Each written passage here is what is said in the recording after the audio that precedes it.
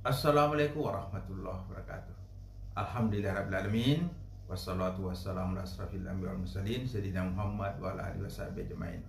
Saudara sekalian, bagaimana kabarnya hari ini? Semoga semuanya kita senantiasa diberi kesehatan, diberi perlindungan, diberi rahmat dan barokah dari Allah SWT, sehingga segala aktivitas kita, hidup kita senantiasa berjalan sebagaimana yang diharapkan, dan hidup kita bermanfaat bukan hanya untuk diri sendiri, tapi juga untuk orang lain, untuk bangsa dan negara, untuk semesta. Saudara sekalian, pada kesempatan ini kita akan menganalisis berita yang cukup viral atau trending ya dalam beberapa hari ini mengenai 10 juta generasi Z di RI yang menganggur. Wah, ini memang satu berita yang cukup memprihatinkan ya, karena begitu banyaknya generasi muda kita yang mengalami satu kondisi tidak bekerja atau tidak melakukan aktivitas-aktivitas yang produktif. Saudara sekalian, kita akan membaca ya poin-poin penting dari pemberitaan mengenai 10 juta generasi Z yang menganggur, yang diambil dari cnbcindonesia.com ya, yang dipublikasikan pada 15 Mei 2024. Jakarta, CNBC Indonesia. Aktivitas pendidikan dan bekerja dipandang sebagai kegiatan produktif karena memberi nilai tambah secara ekonomi. Dengan bekerja, pemuda dapat memperoleh upah atau pendapatan. Ya, ini jelas ya bahwa pendidikan itu sangat terkait dengan pekerjaan. Karena dalam pendidikanlah kita diberikan bekal ya, baik kecerdasan, penguasaan konsepsional maupun skill yang diperlukan untuk memasuki dunia kerja. Dengan menempuh pendidikan, seseorang diharapkan mendapat pengembalian penghasilan pada saat bekerja nanti. Hal tersebut sesuai dengan asumsi dasar teori human capital, bahwa seseorang dapat meningkatkan penghasilannya melalui peningkatan pendidikan. Ya, jadi kalau kita ingin meningkatkan penghasilan, maka kita meningkatkan pendidikan. Namun sebaliknya, banyak juga pemuda-pemuda yang tidak bersekolah dan juga tidak bekerja, sehingga dianggap tidak produktif karena potensinya tidak diberdayakan. Kondisi ini dimonitor dalam salah satu indikator dalam Sustainable Development Goals atau SDGs, yaitu persentase usia muda antara 15-24 tahun yang tidak sekolah, tidak bekerja, dan tidak mengikuti pelatihan, atau disebut Not in Employment, Education, and Training atau NEET. Dengan kata lain, NEET ini menggambarkan penduduk usia muda, yaitu 15-24 tahun yang tidak berada dalam dunia pendidikan atau sekolah atau pelatihan atau kursus training dan tidak terserap pasar kerja. Jadi NEET ini adalah pemuda yang tidak sekolah dan juga tidak bekerja. Nah, ini yang cukup menarik perhatian ya, karena Badan Pusat Statistik atau BPS melaporkan pada tahun 2023 terdapat sekitar 9,9 juta penduduk usia muda, yaitu 15-24 tahun tanpa kegiatan atau youth not in education, employment, and training atau NEET di Indonesia. Nah, ini ada sekitar 9,9 juta ya penduduk usia muda yang tidak sekolah tapi juga tidak bekerja, yang dikategorikan sebagai NEET itu tadi ya. Kebanyakan dari mereka adalah generasi Z yang harusnya tengah di masa produktif. Generasi Z merupakan generasi yang lahir pada 1997 sampai 2012. Mereka sekarang berusia antara 12 sampai 27 tahun ya. Jadi generasi Z ini generasi yang lahir antara tahun 1997 sampai 2012 atau sementara berusia 12 sampai 27 tahun. Tentu untuk usia 12 tahun ini masih usia sekolah, tapi untuk usia 20 sampai 27 tahun itu sudah bisa dikategorikan sebagai usia bekerja ya, atau usia produktif. Persentase penduduk yang berstatus net di Indonesia mencapai 22,25% dari total penduduk usia 15 sampai 24 tahun secara nasional. Nah, ini cukup banyak juga ya, 22,25%. Nah, BPS sendiri mendefinisikan net ini sebagai penduduk usia 15 sampai 24 tahun yang berada di luar sistem pendidikan, tidak sedang mengikuti pelatihan, dan juga tidak sedang bekerja. Jadi kira-kira kaitannya apa ya? Tidak mengikuti pendidikan, tidak sedang mengikuti pelatihan, dan juga tidak bekerja. Ya.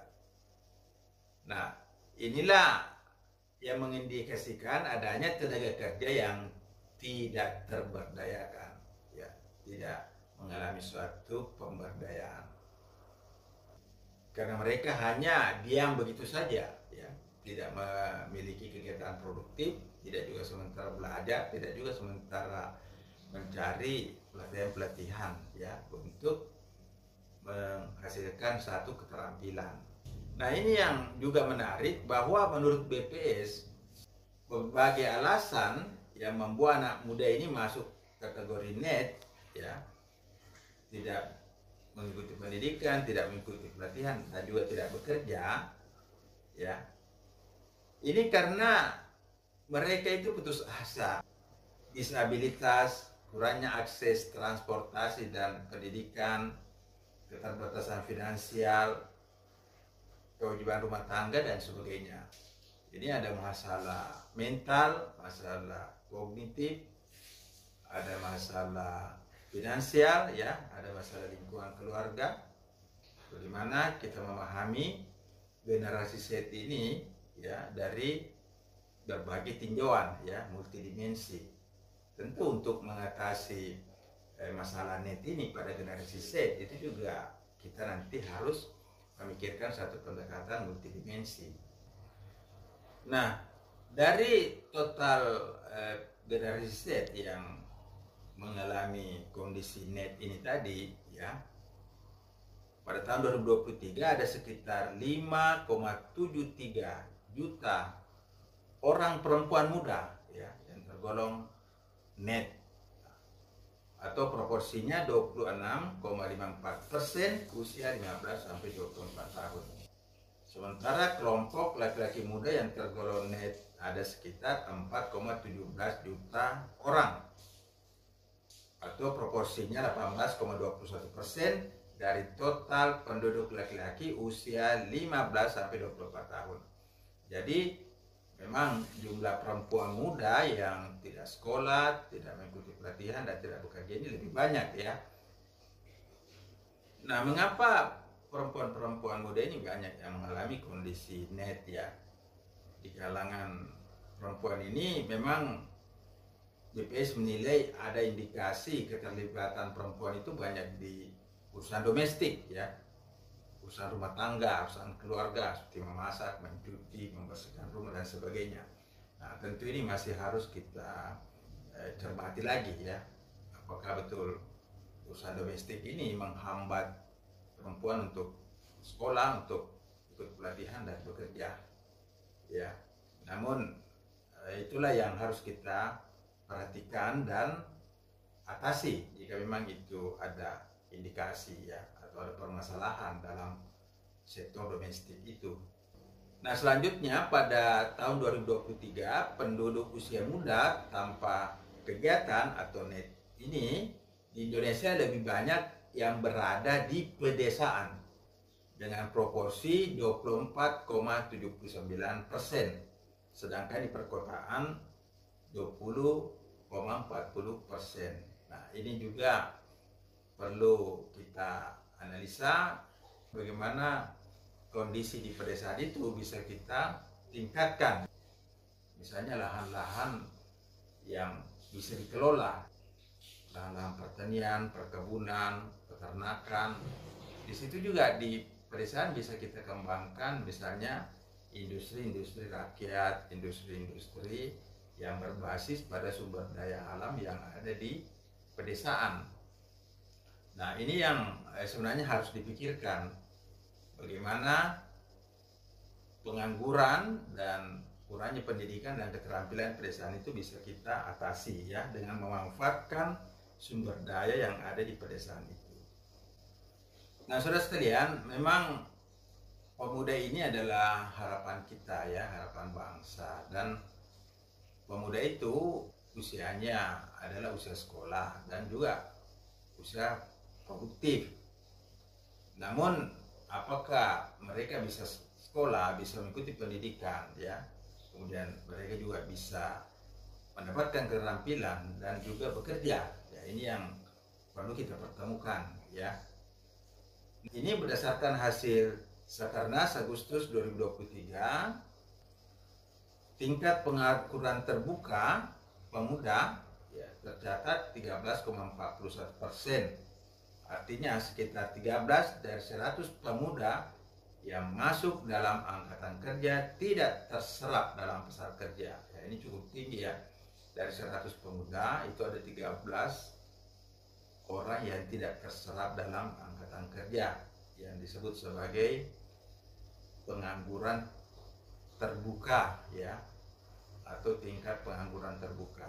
Nah, tentu generasi Z yang tadi tidak mengikuti pendidikan, tidak mengikuti pelatihan dan juga tidak bekerja, ini berakumulasi ya pada jumlah pemuda yang mengalami pengangguran terbuka.